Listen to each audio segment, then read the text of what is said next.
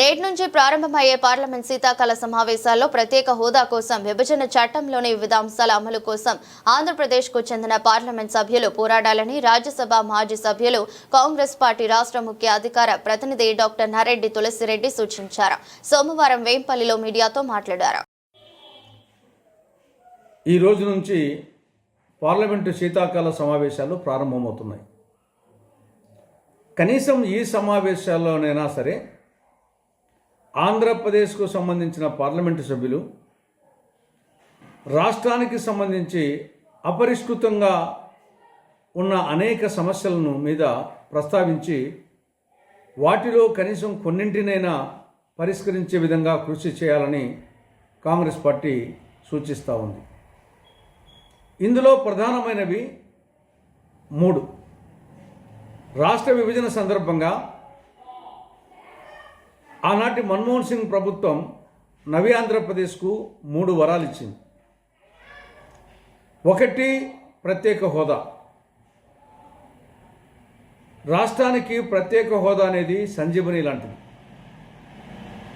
ఆనాడు మన్మోహన్ సింగ్ గారి ప్రభుత్వం 5 సంవత్సరాలు అమలు చేస్తామని హామీ ఇచ్చింది పార్లమెంటులో. 5 ఏళ్ళు కాదు 10 ఏళ్ళు అమలు చేస్తామని తిరుపతి బహిరంగ సభలో వెంకటేశ్వర స్వామి సాక్షిగా నరేంద్ర మోడీ చెప్పారు. అధికారంలోకి వచ్చిన తర్వాత ప్రత్యేక హోదా ఇది ముగిసిన అధ్యాయం అని చెప్పేసి మోడీ ప్రభుత్వం చెప్పింది. ఇది చాలా అన్యాయం.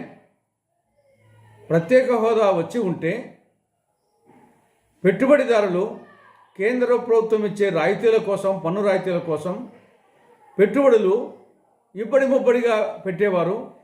ఇవాళకు రాష్ట్రము అనేక విధాలుగా అభివృద్ధి చెంది ఉండేది. సీమాంధ్ర స్వర్ణాంధ్ర అయి ఉండేది. కానీ 10-11 సంవత్సరాలైనా దాని అతిగతి లేదు.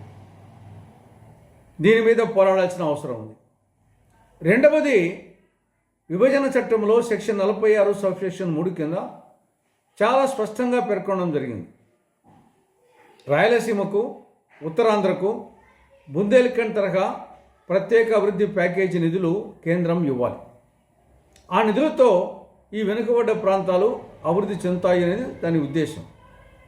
కానీ మోడీ ప్రభుత్వం దాన్ని కూడా పట్టించుకోలేదు. ఆ విధంగా రాయలసీమకు, ఉత్తరాంధ్రకు అన్యాయం చేసింది మోడీ ప్రభుత్వం.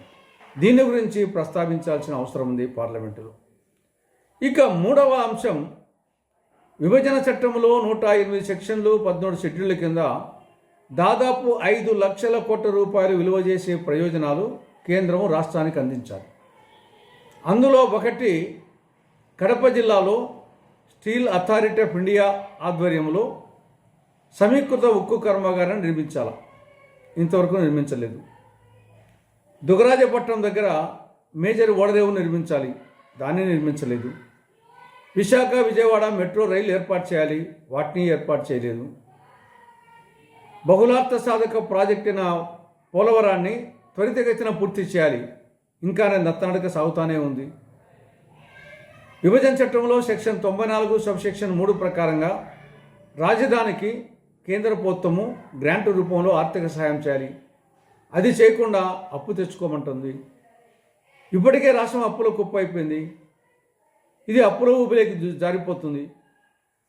కాబట్టి ఇట్లా అనేక అంశాలు అపరిష్కృతంగా ఉన్నాయి. వాటి మీద ఈ రోజు నుంచి ప్రారంభమయ్యే పార్లమెంటు సమావేశాల్లో పార్లమెంటు సభ్యులు ప్రస్తావించాల్సిన అవసరం ఉంది. ఇవి కాక రైతుల సమస్యలు. ఇటీవల మోందా తుఫాను రాష్ట్రంలో ఏ రైతు ముఖాన చూసినా సంతోషం లేదు. ముఖంలో నెత్తురు చుక్కలు. ఏ పంటకు గిట్టుబాటు ధర లభించడం లేదు.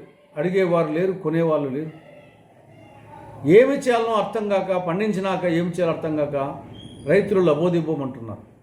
అరటి కానీ, చీనీ కానీ, సన్ననిమ్మ, టమోటా, ఉల్లి, మిర్చి, పొగాకు, పసుపు, పూలు, ఇలా ఏ పంటకు గిట్టుబాటు లభించడం లేదు.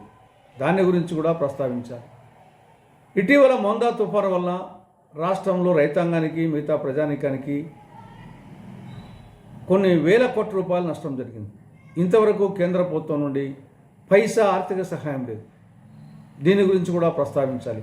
కాబట్టి ఈ అంశాల మీద ప్రస్తావించి వీలైనంత వరకు కేంద్రం నుండి రాష్ట్రానికి నిధులు తెప్పించేటందుకు ఆ హక్కు రూపంలో రావాల్సిన అంశాలు సాధించేటందుకు కృషి చేయాలని పార్లమెంటు సభ్యులను కాంగ్రెస్ పార్టీ కోరుతా ఉంది.